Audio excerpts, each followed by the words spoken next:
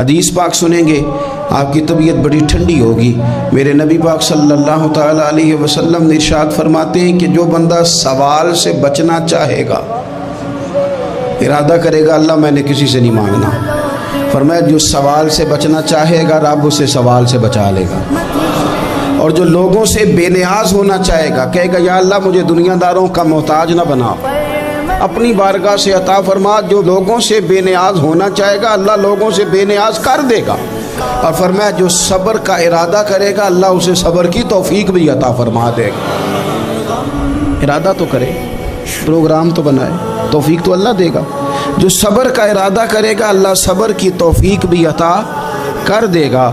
اور حضور صلی اللہ تعالیٰ علیہ وسلم فرمانے لگے یاد رکھو کسی بندے کو جو بہترین تحفہ دیا گیا ہے نا، اگر کسی کو کوئی بہترین عطیہ ملا ہے تو پھر اللہ تعالیٰ نے اسے صبر عطا فرمایا ہے۔ یہ بہترین تحفہ ہے، اس سے زندگی سنور جاتی ہے، اس سے انسان باوقار اور مطمئن ہو جاتا ہے، اس سے اس کے شب و روز آسانی سے بیتتے ہیں، وہ دنیا کی پگڈنڈیوں سے آسانی سے گزر کے اللہ کی بارگاہ عالی مرتبت میں سرخرو ہو کر حاضر ہو جاتا ہے۔ لیکن اگر بے حوصلہ ہو، صبر نہ ہو، پھر نقصان روز بروز بڑھتا ہے۔ اور پھر میرے رسول پاک صلی اللہ تعالیٰ علیہ وسلم ارشاد فرماتے ہیں کہ اصل بات یہ ہے کہ اللہ تعالیٰ نہ کسی بندے کا درجہ بلند کرنے کا ارادہ فرماتا ہے، لیکن اس کے اعمال اس طرح کے نہیں ہوتے کہ اس کا درجہ بلند کیا جائے۔ اب رب کیا کرتا ہے، اللہ تعالیٰ اس کو مال کی، جان کی، اولاد کی کسی مشکل میں ڈال دیتا ہے۔ اس مصیبت پر وہ بندہ صبر کرتا ہے تو اللہ تعالیٰ اس کا درجہ بلند فرما دیتا ہے۔ اعمال اس قابل نہیں تھے کہ درجات بلند ہو، وہ اعمال کی بنیاد پر نہیں کر سکتا تھا تو اللہ نے کسی مشکل میں ڈال کے نہ اپنے فضل سے درجہ بلند کر دیا۔